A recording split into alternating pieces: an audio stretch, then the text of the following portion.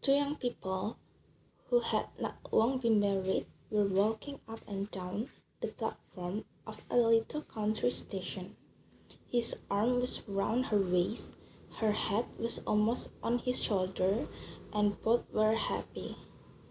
The moon peeped up from the drifting clouds and frowned, as it seemed, envying their happiness and regretting her tedious and utterly superfluous virginity.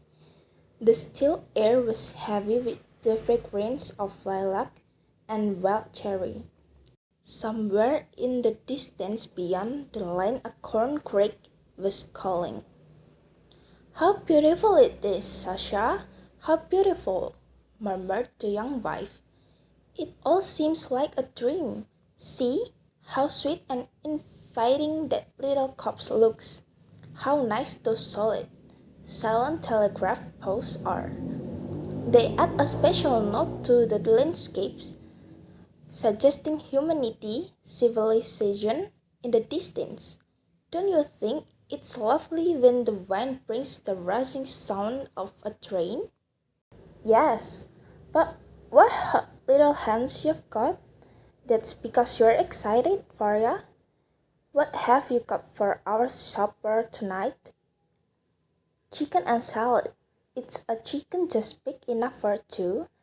Then there is the salmon and sardines that were sent from town."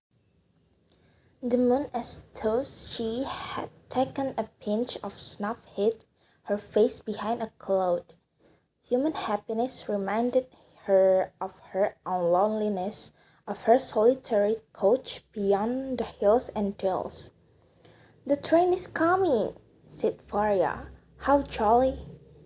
Three eyes of fire could be seen in the distance.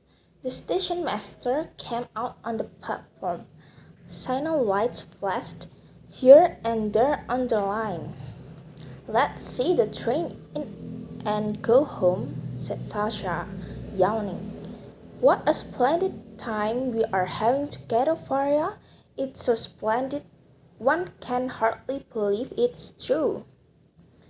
The dark monster crept noiselessly alongside the platform and came to a standstill.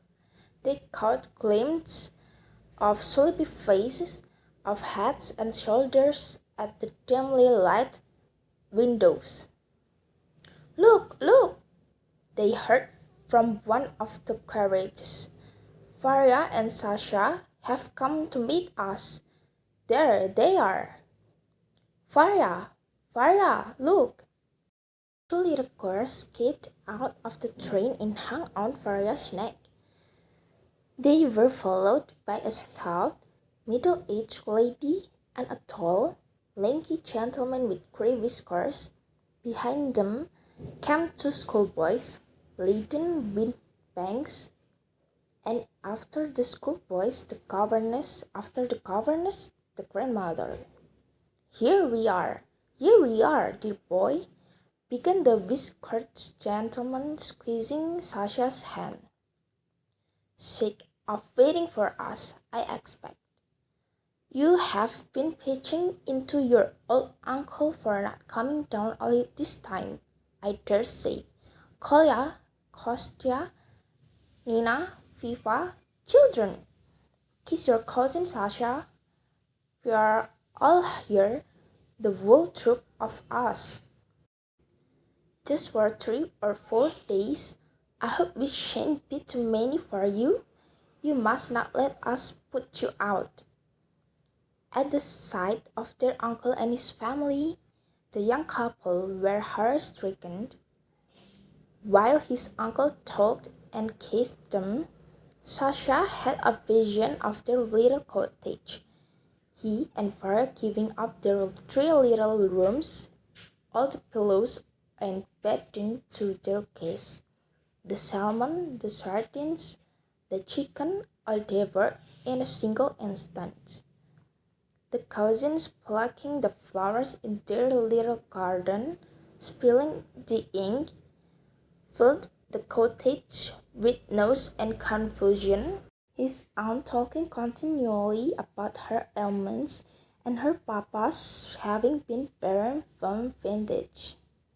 And Sasha looked almost with hatred at his young wife and whispered, "It's you? They've come to see Tamden." "No, it's you," answered Faria, pale with anger.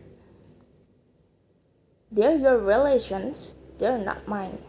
And turning to her visitors, she said with a smile of welcome, "Welcome to the cottage." The moon came out again. She seemed to smile as though she were glad she had no relations. Sasha, turning his head away to hide his angry, despairing face, struggled to give a note of cordial welcome to his voice as he said, "It is jolly of you. Welcome to the cottage."